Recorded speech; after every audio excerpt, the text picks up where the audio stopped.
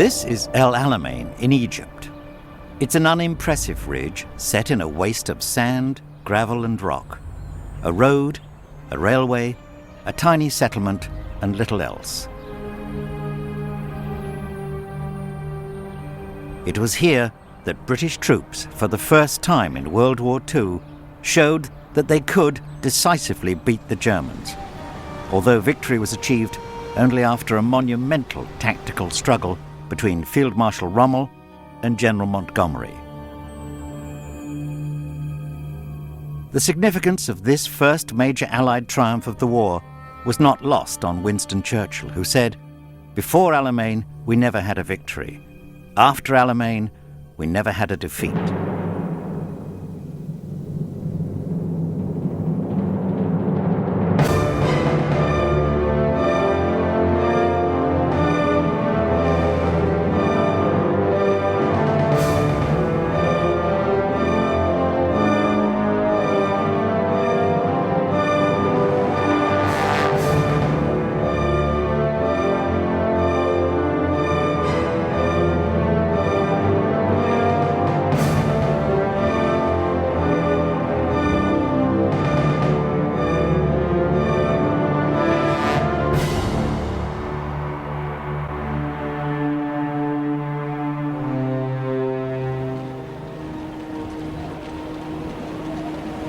Three distant battles at the end of 1942 marked the turn of the Second World War. The greatest of these, at Stalingrad in Russia, saw the entrapment and destruction of an entire German army.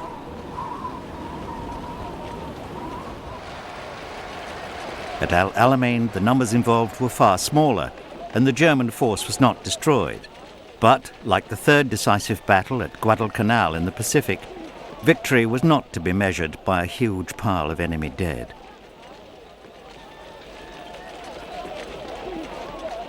El Alamein was crucial simply because it was, at last, a victory, something that British forces had hitherto been unable to achieve.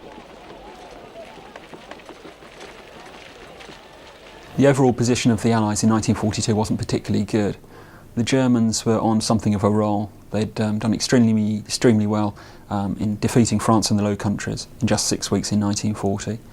They were, up until the middle of 1942, quite successful in their invasion of the Soviet Union. And also the Allies had been put back in North Africa to an extent that they were really worried whether they could actually hold on to that important part of the southern Mediterranean.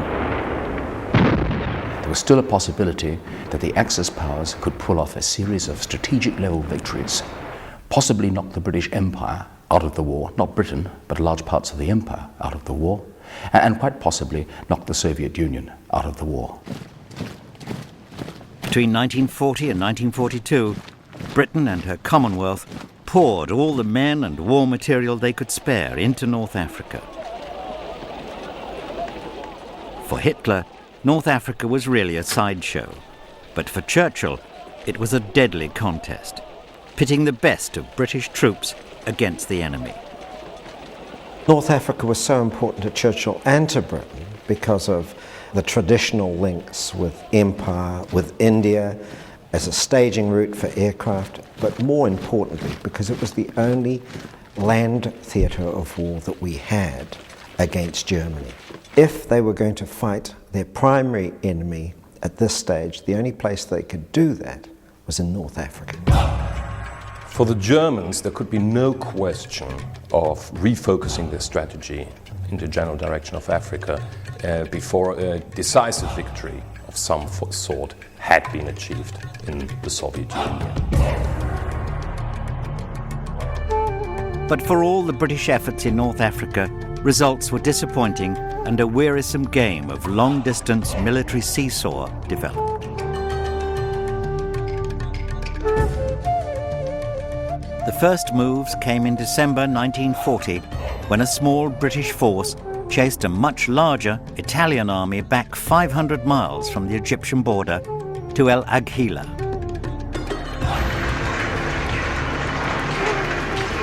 In February 1941, however, German forces arrived and the picture changed. Commanded by the vigorous and tactically astute Field Marshal Erwin Rommel, they pushed back the British forces, who were weakened by orders to reinforce Greece and Crete, back to Tobruk.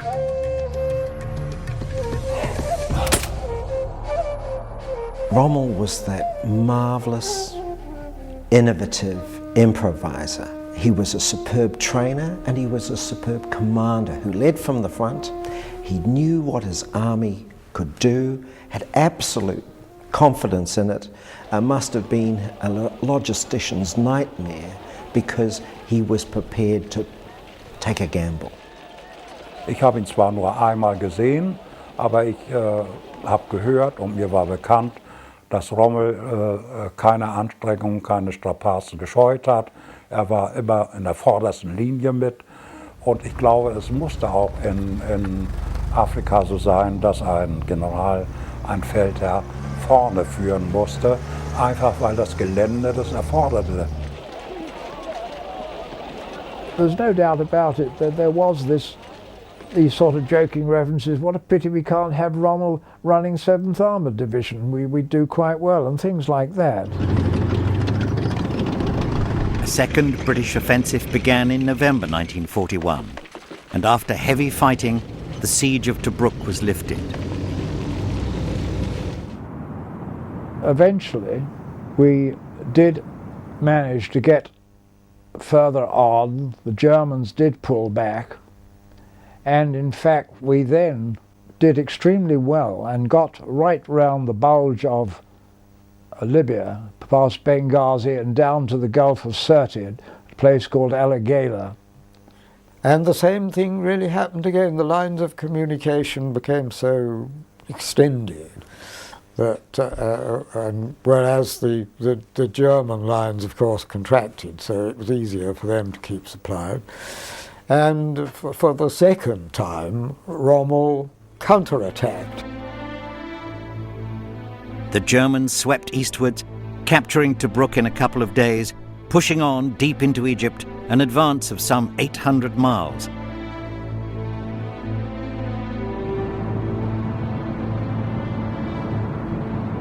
When the German forces finally drew breath and paused in July, they were utterly exhausted and short of fuel, food and water.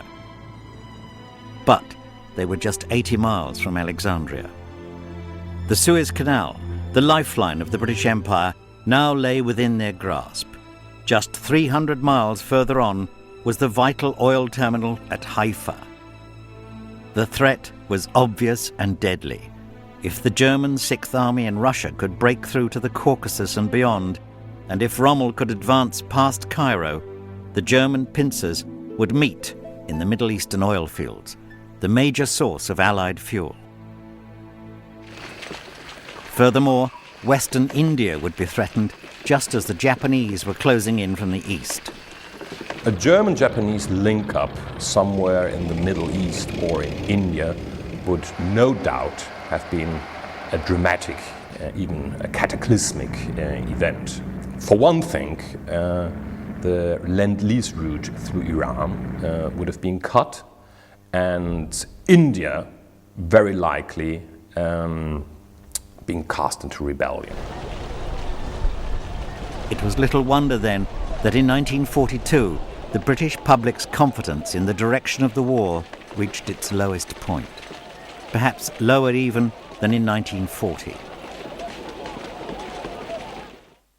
For it seemed that the arrival of two new powerful allies, the Soviet Union and the United States, had only served to make the overall situation worse. Britain was terrified that the Soviet Union would actually collapse in exactly the same way France did.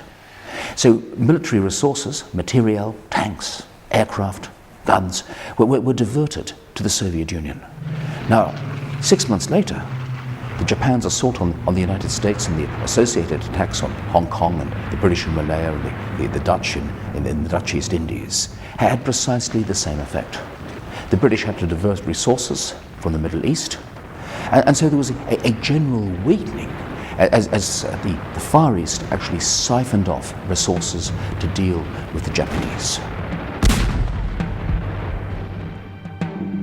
These dire long-term threats to the Allies sprang directly from the reverses of the North African campaign, which were harder to bear because, from early 1941 onwards, the British greatly outnumbered Rommel's forces.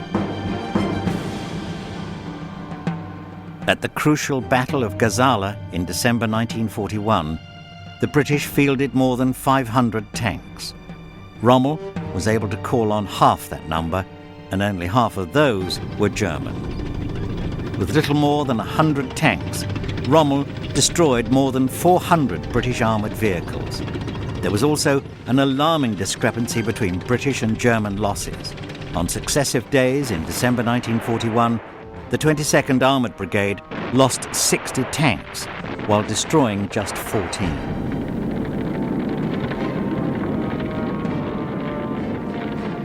There were three main reasons for the British Army's lack of success in Africa during the early years of the war. Firstly, German tanks were superior in design to their British counterparts. Secondly, the Germans had developed battlefield tactics that took full advantage of their tanks' greater abilities. Last but not least was the bold leadership of Rommel, the Desert Fox, at the head of a thoroughly professional army that had inflicted defeat upon a succession of British generals before 1942.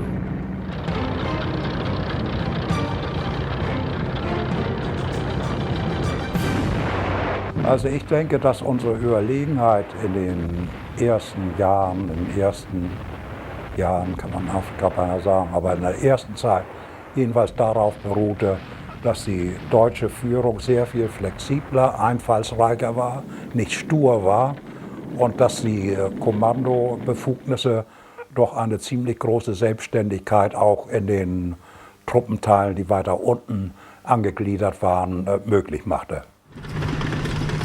The Germans were very experienced at armoured warfare and therefore very much used their tanks and their aircraft in close cooperation to try and achieve a result. The British were still finding their way. They're still trying to find a way of integrating armour, infantry, tanks, air power and supporting arms, and it was very much a learning curve. Of course, the conditions in which the North African campaign was fought were like no other theatre of battle in the Second World War.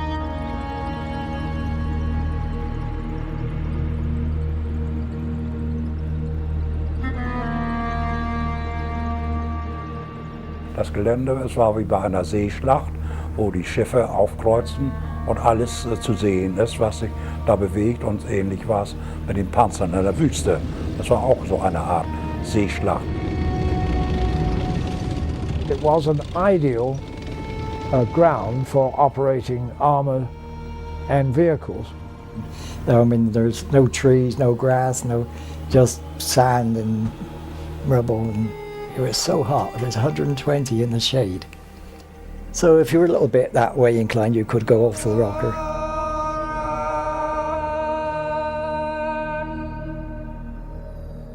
The difficulties with fighting a war in the desert were the fact that you had the heat, you had the lack of water, and the dust, the sand, the stones created their own problems because wear and tear on tyres, on vehicles, dust in the weapons. And so after a time, men inevitably broke down.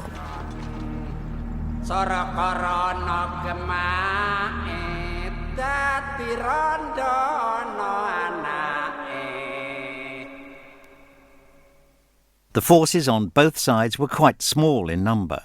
There were 4 German and Italian divisions who were opposed by between 8 and 10 British divisions, with a few hundred tanks on each side. The forces were small in part because neither side could spare more men for the campaign, but mainly because it was more or less the limit each side could supply. With the Mediterranean effectively closed to Allied shipping, British forces had to be convoyed on the long sea journey around South Africa, a trip of 2 to 3 months. The Germans had a shorter supply line across the Mediterranean from Italy, though this was still a journey of some several hundred miles that was vulnerable to air and sea attack from Malta. Wenn man sich alleine diese Nachschubentfernung vorstellt, von Deutschland zu uns nach Ägypten, durch das ganze Italien durch, das waren nun 2000 Kilometer von Deutschland, dann übers Mittelmeer, in dem wir nicht die Herrschaft hatten, sondern die absolute Luftherrschaft und auch Überseestreitkräfte hatten die Engländer von ihrem Stützpunkt Malta aus. Und dann war die Ladung in Tripolis und hatte nochmal 1000 Kilometer Küstenstraße hinter sich. Everything had to be shipped in. Not only petrol and ammunition, but food and water too. All the people used to come and get their water, and we were supplied by a Palestinian group that brought in Bowsers. You know, they brought up thousands of gallons and put them into our support tanks, and then we fed the troop.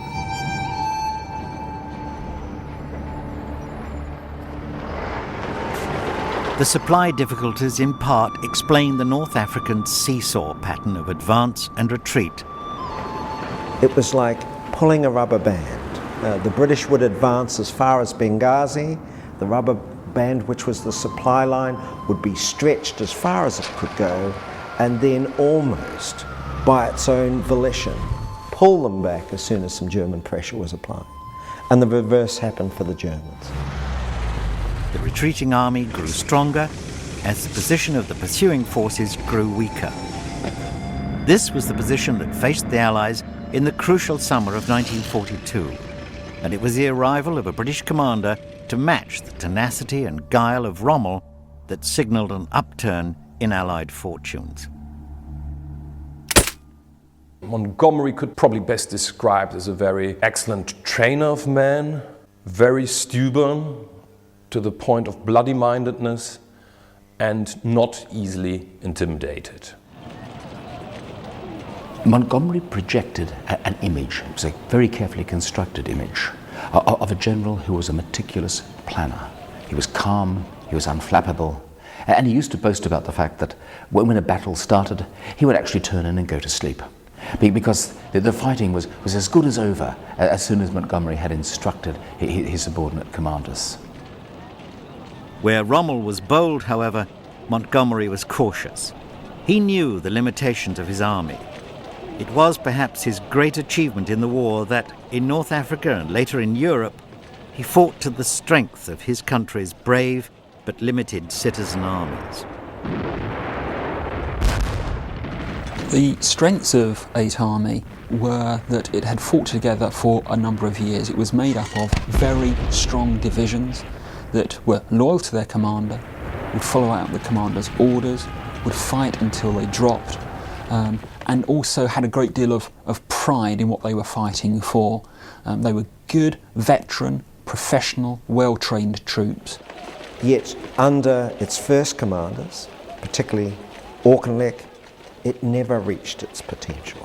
It never had that person that could bind it and make it something bigger than the sum of its component parts, until it got Montgomery. Montgomery demonstrated his considerable leadership skills during the first battle he commanded against the Afrika Korps at Alam Halfa in August 1942, sometimes called the First Battle of El Alamein. When Montgomery took over the 8th Army, he judged it incapable of offensive operations. It needed rest, retraining, and resupply. So he made a virtue of necessity, deciding that when Rommel attacked again, the 8th Army would stand entirely on the defensive to repel him. Undoubtedly, at the time that Montgomery came out there, morale was very poor. I mean, it's documented there were all sorts of plans of people sort of evacuating and all that sort of thing. And then Monty came out and more or less said there would be no retreat. We stand here and fight, and if necessary, we die. This tactic was possible because El Alamein was one place where Rommel could not use his favourite manoeuvre, a long outflanking hook southward into the desert and then around and behind the British positions. Rommel's outflanking maneuver was very much in keeping with the tradition of German maneuver warfare, which, whenever possible, sought to outflank the enemy instead of seeking a head-on clash. Due to the geography of the North African theater, this always meant that it had to be a right hook. Even so, surprisingly enough, he achieved a complete and utter surprise on the enemy side with this on a number of occasions, all the way up to First El Alamein. 40 miles south of El Alamein lay a great sea of impassable soft sand, the Katara Depression. Movement across it was impossible. Rommel's hook this time would have to be shorter and therefore easier to defend, and in the centre of the British line.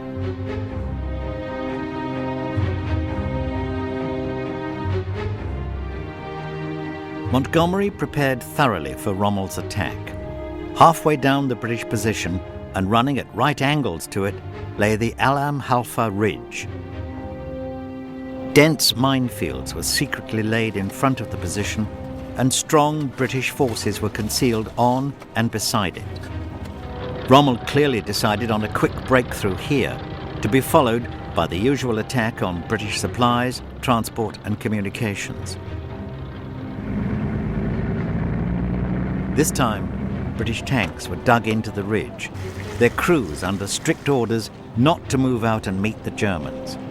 Montgomery knew that such a move would provide Rommel with the mobile battle at which he excelled, and would inevitably lead to the destruction of the British armour.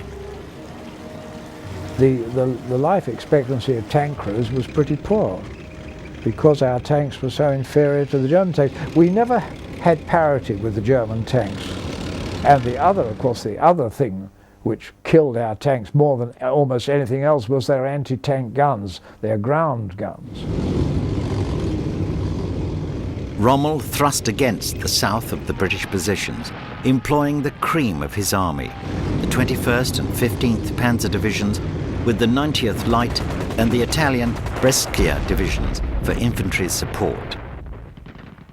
Encountering dense minefields and strong resistance along the Alam Halfa Ridge, they tried to find a gap between it and the New Zealand Division, but their repeated attacks met with determined resistance.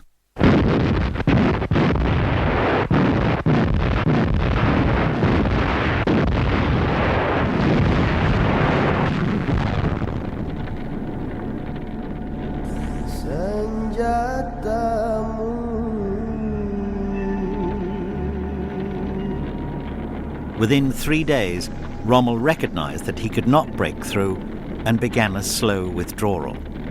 By the 7th of September 1942, all fighting in the area had ended.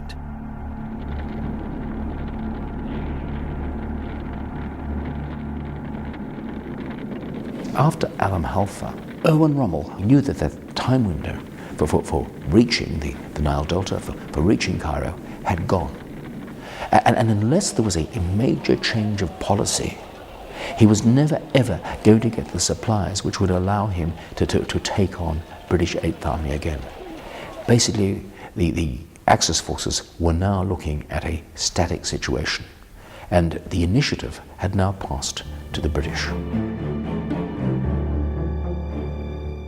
General Montgomery had signalled his intentions by winning the first round of the fight, the defensive battle. Now he had to prepare his army for the much more difficult task of attacking the German forces. Specifically, the 8th Army had to be transformed in the 3 areas of weakness that had so far cost it so dear: equipment, leadership, and tactics.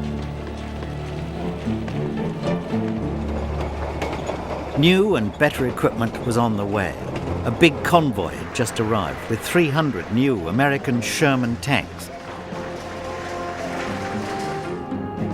With the 200 Grant tanks already received from America, Montgomery now had a fine force of tanks armed with 75mm guns at his disposal.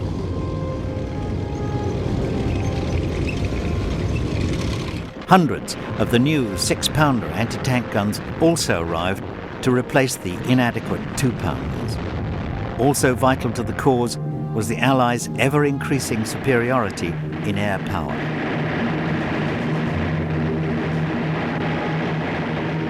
The Allies begin to launch air raids upon German ground forces, upon their airfields, upon their ports, and slowly but surely the Germans, with fewer resources and less able to resupply themselves and reinforce, get ground down. The Allies, meanwhile, they find that by launching these offensives, their morale is raised, and very importantly, the United States Air Force comes to their aid. The new men and materials would need time to be trained and become desert-worthy. But time was one thing that was short.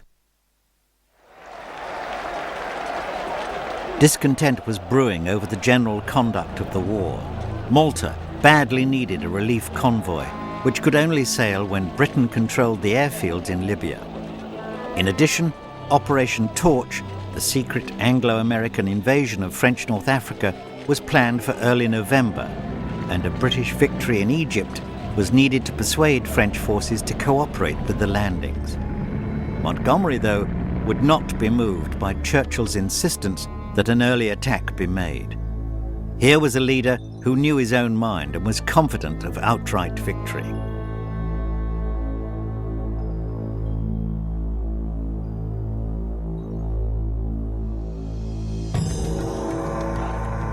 British battle tactics and strategy were also changed. Montgomery's plan provided for an attack in the north and not, as Rommel had done, in the south. Although the north was more heavily defended, Montgomery planned to avoid a risky battle of manoeuvre which the British Army was not yet capable of winning, and the north, with the coastal road, was the key to the breakthrough that would be fatal for Rommel. The plan was to attack with infantry. The assault would be made at night, but under the light of a full moon, and the troops were ordered to pierce the German defences, which were several miles deep in places, and then wait for tanks to follow them in. The tanks would begin their attack a few hours after the infantry, with sappers clearing lanes for them in the deep German minefields. Upon linking up with the infantry, they would position themselves on ground of their own choosing, as Montgomery's order put it, to repel the inevitable German tank counterattack. From here, they were to give cover to their own infantry as they proceeded to crumble away the German defences, which would allow more British forces through. Montgomery was essentially engaging in a good late First World War bite and hold operation. He was not going to try for an initial breakthrough. This came straight from 1917 and 1918. We were reverting to a kind of battle that we understood. Elaborate deceptions were carried out to convince Rommel that the British attack would be made to the south of El Alamein. Our job, the 7th Armoured Division job, was to act as a feint attack down in the south. We saw these large numbers of dummy tanks which our people were dotting about all over the place, most elaborate camouflaged formations were brought up and put in position overnight. Dummy water pipelines were put in position, all with the idea of defeating the German reconnaissance planes. Despite these careful preparations, Montgomery expected some 10,000 British casualties and a battle that would last a week. But he also hoped, in his own words, to hit Rommel for 6 right out of Africa.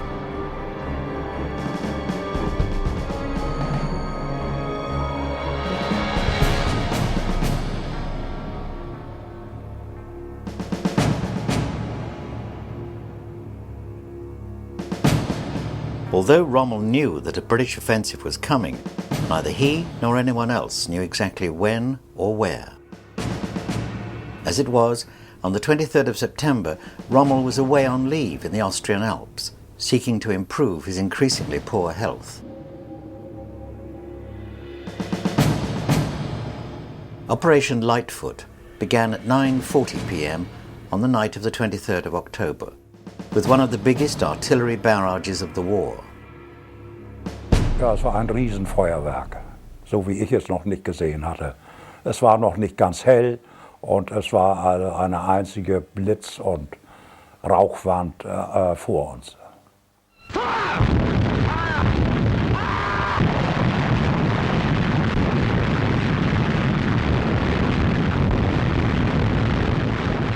A 1,000 guns opening fire suddenly in the still desert night stunned the unsuspecting Germans, and 4 Allied infantry divisions were soon advancing on a 10-mile front.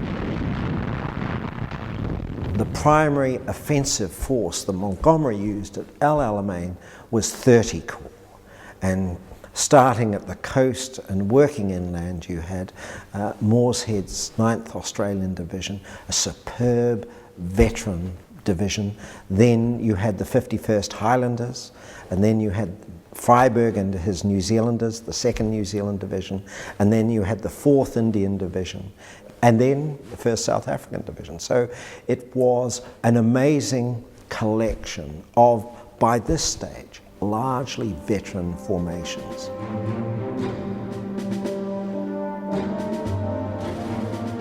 The advance faltered as they penetrated the main German line of defence, a series of interlocking gun pits and foxholes defended by machine guns, a nightmare to attack through the thick minefields. In bitter and confused fighting, 2 of the divisions, the Australian and New Zealand, reached their objectives, but the other 2 stopped well short, unsure of their positions, confused by the night and the featureless desert. As dawn approached, the troops decided to dig in to await the arrival of their covering tanks.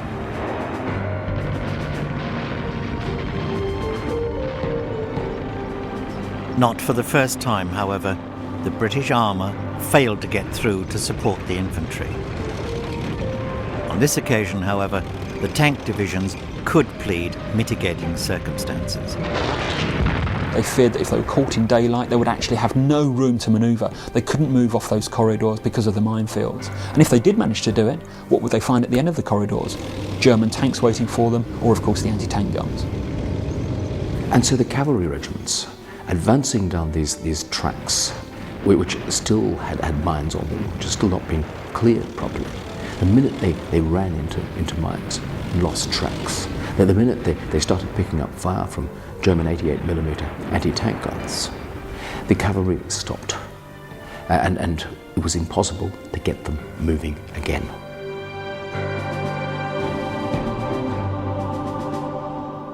Although Montgomery was very angry, he changed the plan, knowing from his First World War experience the rapidly diminishing value of repeated attacks on the same objective.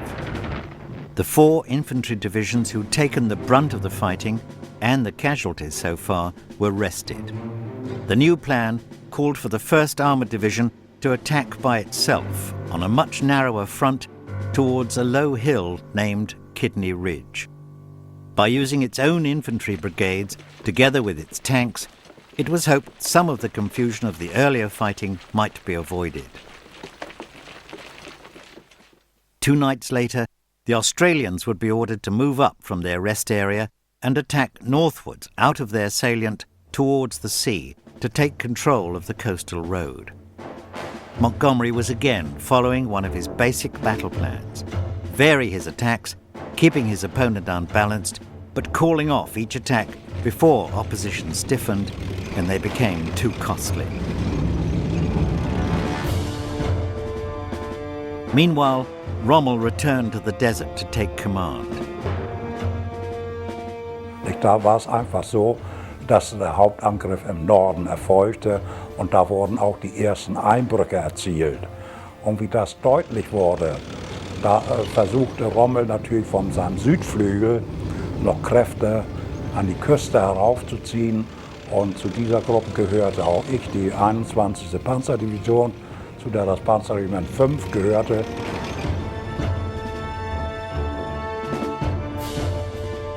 Rommel immediately moved his 21st Panzer Division up from the south and launched it together with 15th Panzer and 2 Italian infantry divisions at the British. A ferocious battle developed around Kidney Ridge, during which dug-in British tanks were able to maul the German armour for the very first time in battle.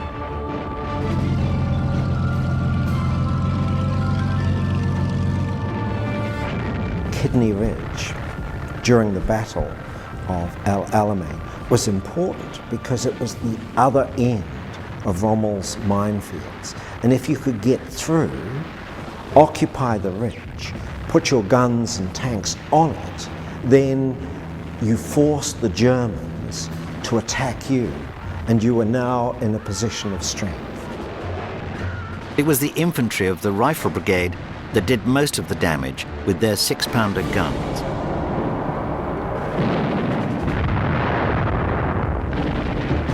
The battlefield is a mass of flaming wrecks. They've probably destroyed at least 70 German tanks and self-propelled guns and many more vehicles. And it was an absolutely outstanding operation in very trying circumstances during the midday sun, with the dead and the wounded screaming for help, a lack of ammunition, a lack of water, and they are eventually relieved. On schedule, the Australians put in their attack 2 nights later, 4 miles north of Kidney Ridge, stretching the German defences once more and forcing Rommel to commit his last trusted formation, the 90th Light Division, to contain them.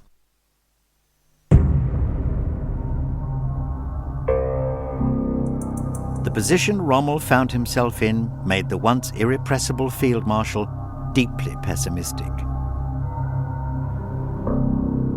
Rommel's despondency was justified, for Montgomery was now planning his last masterstroke to win the battle.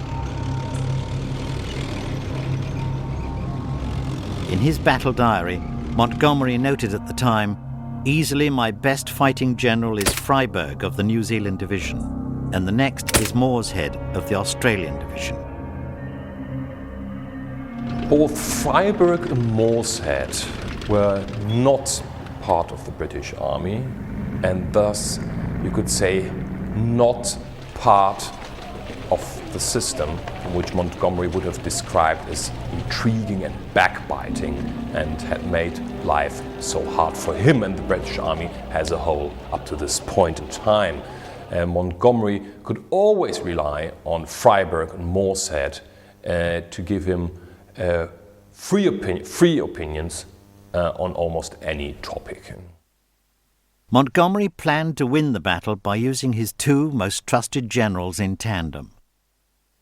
Morshead would push again in the north to weaken the Germans, and then the New Zealanders, pulling out of the line and repositioned, would strike through them to break out along the coastal road. Fresh brigades would be fed in to support the New Zealand force to keep up the pace, and the Germans would be pushed aside, away from the road and into the desert. Surrender would rapidly become their only option. Ironically, it was now that Churchill, back in London, nearly made a catastrophic intervention. Ever since Montgomery had refused to open the battle prematurely, Churchill had been having second thoughts about him. Now, news that first the armoured divisions and then the New Zealand division had apparently been withdrawn from the front line sent him into a purple rage. "Have we not got a single general who can even win one battle?" he roared at General Alanbrooke, the army's chief. Extremely terse cablegrams were drafted, and a minion was sent to spy out the ground at Montgomery's headquarters. However, Alanbrooke defended Montgomery, and better news soon arrived to disperse the storm. For Montgomery had listened to his staff and had made a critical change to Operation Supercharge, the blow that was designed to end the battle. Because the Australians threatened to cut off the 164th Division and break through to the coast, Rommel very quickly moved up the 90th Light Division and then elements of the 15th and 21st Panzer Division. So that at the end of October, the Australians were engaging the very best units that Rommel had at his disposal. And it was at this point that Montgomery realized that because the Australians had attracted upon themselves so much of the Afrika Korps, so much of Rommel's reserves, that he could revert to a modified plan, which would essentially be a breakout further south, where the German reserve was no longer in position.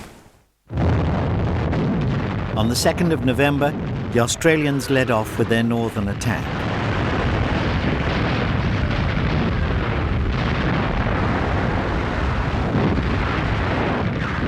Then the main blow followed from the New Zealanders, augmented by British infantry and armoured brigades.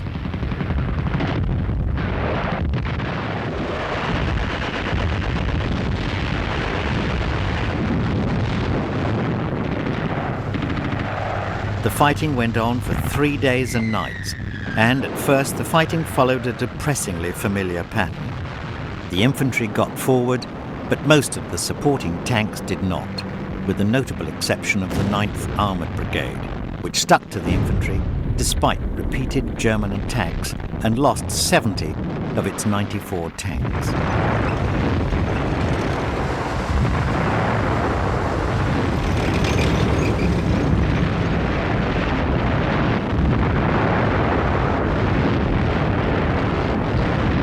More British tanks got up the next day, and after very heavy fighting, the Afrika Korps was reduced to just 35 operational tanks.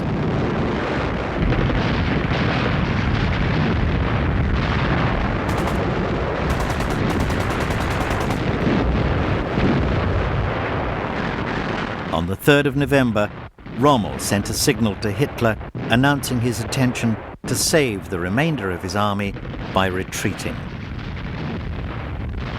Soweit wie mir bekannt, hatte Rommel einen Lagerbericht nach Berlin oder ins Hauptquartier, es war wohl damals Wolfschanze, geschickt, mit der Bitte um Ermächtigung, Rückwärtsbewegungen einleiten zu können, zu bitten.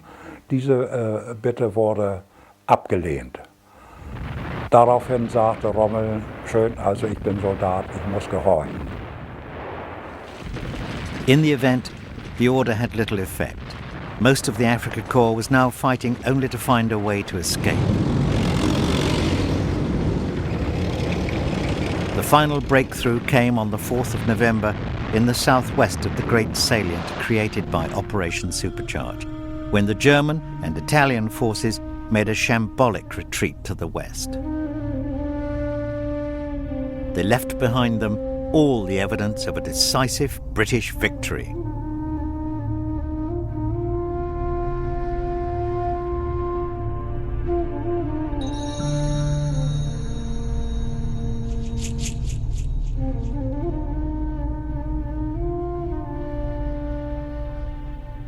Am Ende einer Schlacht sah man sehr viel Fahrzeugwracks, ob das nun Panzer waren, ausgebrannt oder nicht ausgebrannt, oder auch andere Fahrzeuge, die im Gelände herumlagen und nicht mehr bewegungsfähig waren.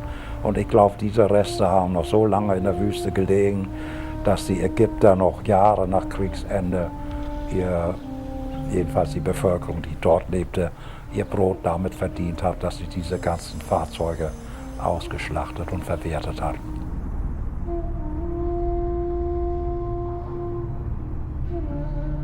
Of the 100,000 men of the Afrika Korps, half had been killed, wounded or captured. Rommel was incapable of mounting any coherent defence until he had retreated westwards for 1,500 miles, out of Egypt and almost out of Libya.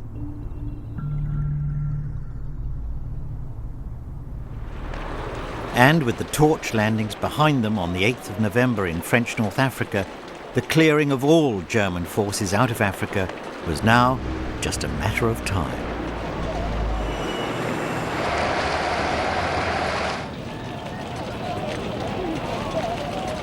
The Battle of El Alamein was a turning point in the war, a watershed beyond all doubt. A watershed in terms of civilian morale. The Battle of El Alamein saw a new great focus for British attention. It was the 8th Army, it was General Montgomery who had achieved this glorious victory. Okay, hadn't completely defeated Rommel, but had really slapped him round the face and put him back on his heels. The desert rats, as they said in the newspapers, were now nibbling at Rommel's heels.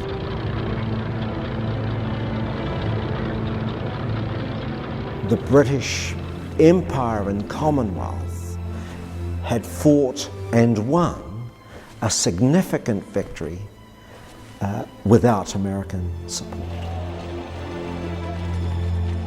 There was this sense that finally a corner had been turned, and from now on it was going to be victory after victory. And yes, there were going to be disappointments, but there was a sense that it was now a downhill run all the way. Vital though the victory at El Alamein was, Montgomery still faced considerable criticism for his strategy, which some called overcautious and unimaginative. The criticisms really stem from the fact that some generals and some commentators believed that if Montgomery had changed his plans, that actually he could have engaged and destroyed the Afrika Korps in situ at El Alamein. After Rommel's defeat, Montgomery was way too cautious in his pursuit of a broken enemy, that if he had pressed harder, he could have finished off the Afrika Korps then and there. The criticisms that were levelled at Montgomery were fair in one sense, that if he had changed his tactics, there is a chance, albeit quite a small one, that he would have been successful. But the point of the fact is that this was going to be a slow, attritional war, and what Montgomery didn't want to do is lose huge casualties, doing something that he knew he could do with fewer casualties perhaps a month or two later down the line. Britain's only previous success against Hitler had been the Battle of Britain in 1940, and that, it was famously said, was the triumph of the few. By contrast, El Alamein was the triumph of the many. It was a victory for the thousands of factory workers in Britain and America who made the weapons, the sailors who convoyed them to North Africa, the soldiers of Britain and the Commonwealth, and their allies among the free Greeks, French and Poles who used them.